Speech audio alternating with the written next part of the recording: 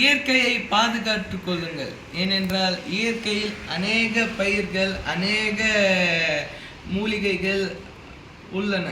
அவற்றை எரித்து கிளைகளை எரிந்து நாம் மாடி கட்டிடங்களை கட்டுவதற்கு பதிலாக அவைகளிலுள்ள மருத்துவ தன்மையை நாம் நன்றாக புரிந்து கொண்டால் நமது தலைமுறை 100 வருடங்களுக்கு மேல் நன்றாக வாழும்.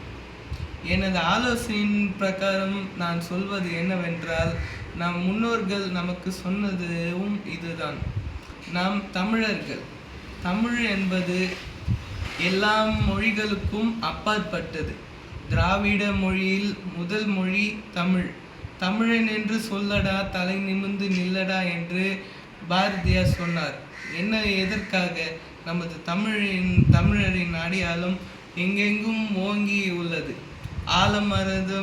ஆலமரம் பெருசாக இருக்கலாம், ஆனால் அதன் விழுது அடியில்தான் இருக்கும்.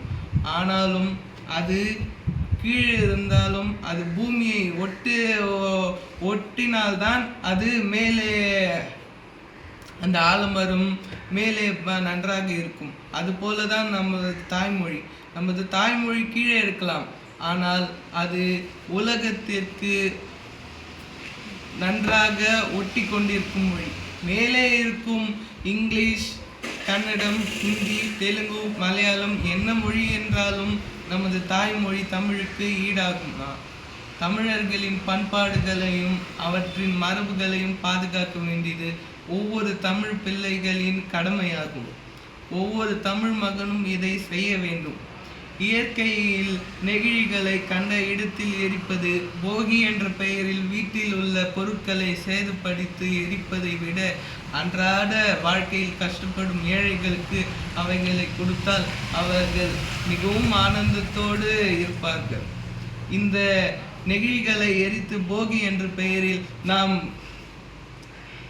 அந்த ஓசோன் ரேயரை அழிப்பதால் நமது பூமிக்கே பெரிய ஆபத்து நேரிடும். கடவுள்களே என்ன சொல்லுகிறார்கள் என்றால், நமது இயற்கை நமது வாழ்க்கை, அதை நாம் நன்றாக பார்த்து கொண்டால் நமக்கு அறிவு எந்த அளவுக்கு முக்கியமோ அதே போல் நமது வாழ்வாதாரமும் முக்கியம். அதற்காக தான் 6லிருந்து 10ஆம் வகுப்புக்குள்ள அனைத்து புத்தகங்களிலும் சுற்றுச்சூழல் கல்வி என்ற ஒரு தனி சப்ஜெக்ட் உள்ளது. அதாவது சுற்றுச்சூழலை நாம் எப்படி நன்றாக பார்த்து கொண்டால் நமது ஆரோக்கியமும் நமது நாடும் தலை நிமிர்ந்து நிற்கும், நன்றாக வாழும் என்பதை அது குறிக்கிறது. அதற்காக தான் அந்த சப்ஜெக்டையே பார்த்தார்கள். நானும் என் வகுப்பில் பார்த்தேன். நமது இயற்கையும் நமக்கு முக்கியம், நமது வாழ்வாதாரமும் நமக்கு முக்கியம்.